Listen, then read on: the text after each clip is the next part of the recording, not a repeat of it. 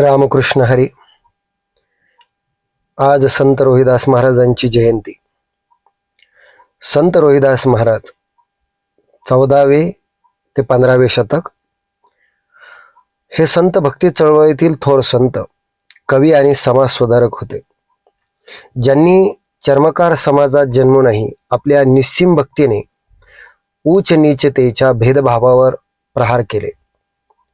वाराणसी येथे जन्मलेले रोहिदास श्रम ही पूजा मानत आणि बंधुत्व, समानता व मानवतेचा संदेश देत. संत कबीर आणि मीराबाईच्या समकालीन असलेले रोहिदास वारकरी पंथातही आदराने स्मरले जातात. संत रोहिदास महाराजांची थोडीशी रोचक आणि महत्त्वपूर्ण माहिती आपण या व्हिडिओमध्ये बघूया. जन्म आणि बालपण. संत रोहिदास महाराज यांचा जन्म माघ पौर्णिमेला वाराणसी नजीकच्या मांडूर गोवर्धनपूर येथे झाला. वडिलांचे नाव संतोकदास अर्थात राघू आणि आईचे नाव कर्मादे दुर्बनिया होते. व्यवसाय व भक्ती. त्यांनी वडिलोपार्जित चामड्याच्या पादत्राणे तयार करण्याचे काम प्रामाणिकपणे केले. मन चंगा तो काठोड में गंगा असा विचार मानून त्यांनी कर्मकांडापेक्षा अंतर्गत शुद्धीवर भर दिला. गुरु आणि समकालीन. त्यांचे गुरु स्वामी रामानंद होते. संत कबीर हे त्यांच्या समकालीन होते, तर मीराबाई त्यांच्या शिष्य होत्या असे मानले जाते. त्यांची विचार आणि शिकवणूक या बाबतीत जर आपण विचार केला तर त्यांनी जातीभेद, अंधश्रद्धा आणि उच्च नीचतेच्या विरोधात आवाज उठवला. त्यांनी मानवधर्म आणि सर्वांशी समतेने वागण्याचा संदेश दिला. त्यांनी अनेक भजने आणि पदे रचली, जी सामान्य जनतेच्या भाषेत हिंदी ब्रजभाषा होती.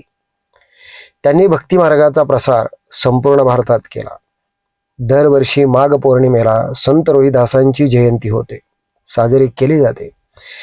त्यांना रैदास, रविदास, रोहिदास अशा विविध नावाने ओळखले जाते. संत रोहिदास महाराजांनी कष्टालाच ईश्वर मानून शोषित आणि वंचितांना जगण्याचा आणि भक्तीचा मार्ग दाखवला. 15वे ते 16व्या शतकादरम्यान भक्ती चळवळीचे भारतीय रहस्यवादी कवी ते होते. रविदासांच्या भक्तिगीतांचा भक्ती चळवळीवर पंजाब, उत्तर प्रदेश, राजस्थान, महाराष्ट्र आणि मध्य प्रदेश या प्रदेशात शिक्षक म्हणून कायमचा प्रभाव पडला आहे. ते कवी, संत, समाजसुधारक आणि आध्यात्मक व्यक्तिमत्व होते. संत रोहिदास भारतातील एकमेव संत आहेत ज्यांना 16 नावाने ओळखले जाते. संत रोहिदास हे भारतातील एकमेव संत आहेत ज्यांना 16 नावाने ओळखले जाते. त्यांचा जन्म उत्तर प्रदेशातील असला तरी त्यांचे सामाजिक कार्य उत्तर आणि दक्षिण भारतात पसरले होते. यामुळं त्यांना वेगवेगळ्या प्रांतात वेगवेगळ्या नावाने ओळखले जात.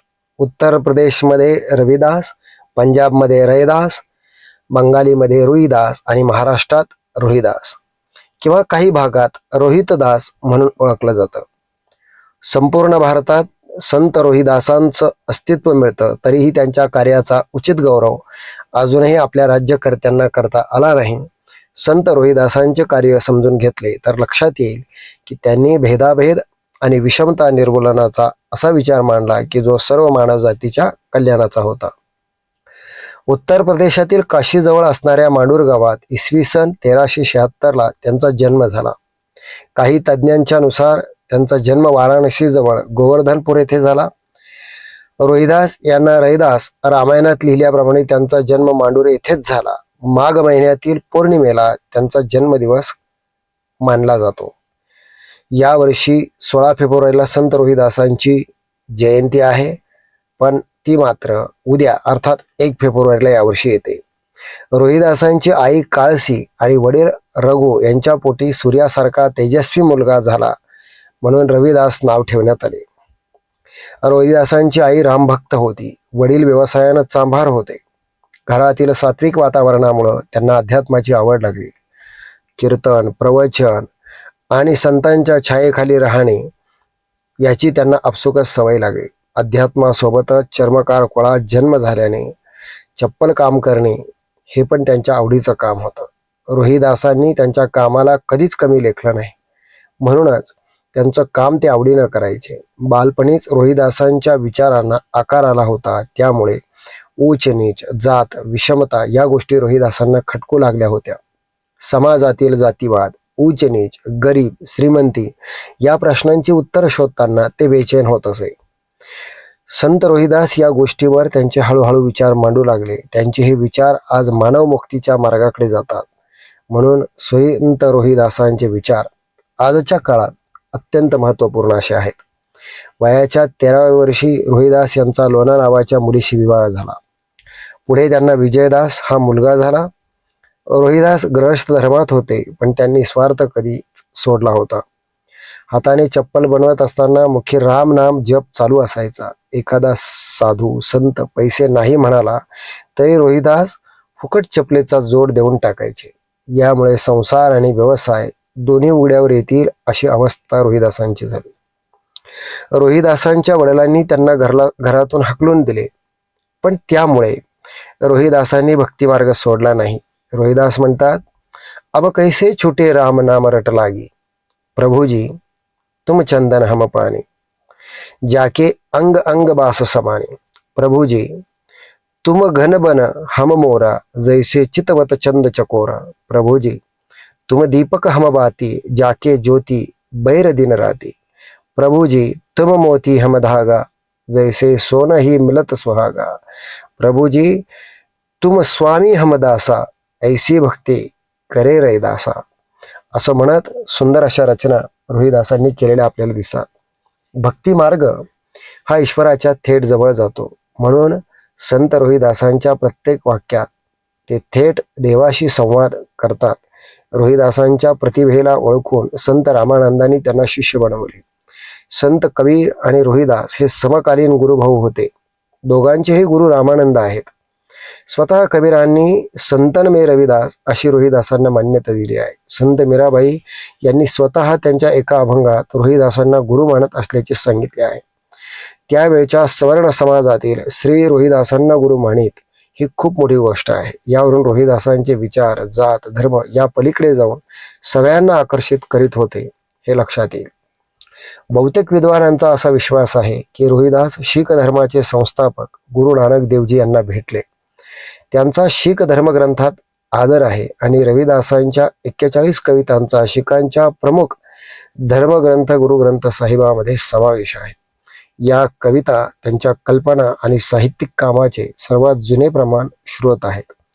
रोहिदासांच्या जीवनाबद्दल आख्यायिका आणि कथांचा आणखी एक महत्त्वाचा स्रोत म्हणजे शीख परंपरेतील प्रेमलेखन म्हणजे प्रेमबोध. 1693 मध्ये रविदास यांच्या मृत्यूनंतर 150 वर्षाहून अधिक काळ रचलेल्या या मजकुरामध्ये भारतीय धार्मिक परंपरेतील प्रमुख 17 संतांपैकी एक म्हणून त्यांचा समावेश आहे. मन चंगा तो कठोती में गंगा. मन शुद्ध असेल आणि त्याला जातीवादाचा स्पर्श नसेल तर चांभाराच्या कुंडातही गंगा जलासारखे पावित्र्य दिसेल. रोहिदासांचा हा विचार कधीच जुना होणार नाही. यातून रोहिदासांच्या विचारांची व्यापकता किती होती याचा अंदाज घ्या. रोहिदास यांचे विचार हे दैनंदिन रोजच्या शब्दातून मांडायचे, त्यामुळे सामान्य लोकांना त्यांचे विचार पटायचे. याच कारणामुळे त्यांचे विचार उत्तर आणि दक्षिण दोन्ही भारतात सहज पोहोचले. विषमतेमुळे देशाचे नुकसान होत आहे. यामुळे रोहिदासांनी एकच संदेश दिला. रविदासांच्या विचारधारेत मनुष्य हा केंद्रबिंदू आहे, त्यामुळे कर्मकांडाला त्यांनी साप नाकारले. रोहिदास आध्यात्मिक नक्कीच होते, पण कोणत्याही अंधश्रद्धेला ते बळी पडले नाहीत. त्यांनी स्वातंत्र्य, समता, बंधुता आणि समाजात एकी निर्माण व्हावी हेच विचार त्यांनी आयुष्यभर मांडले. शेवटी रोहिदास म्हणतात, सर्व लहान मोठ्यांना अन्न वस्त्र निवारा समप्रमाणात मिळाला तर मी प्रसन्न होईल. संत रोहिदासांच्या स्वप्नातील आदर्श समाज त्यांनी खालील दोह्यातून मांडला आहे. ऐसा चाहूं राजमय, ऐसा चाहूं राजमय, जहाँ मिले सबन को अन्न, छोट बडो सब सम बसे, रविदास रहे प्रसन्न. संत रोहिदासांच्या जयंतीच्या निमित्तानं त्यांना शतशः कोटी कोटी विनम्र अभिवादन करतो. आणि मित्रांनो, आजचा व्हिडिओ संत रोहिदासांविषयीची माहिती आपल्याला कशी वाटली नक्की कमेंट्स करून सांगा. चॅनलला नवीन असाल तर सबस्क्राईब करायला विसरू नका. धन्यवाद. रामकृष्ण हरी. थांबतो.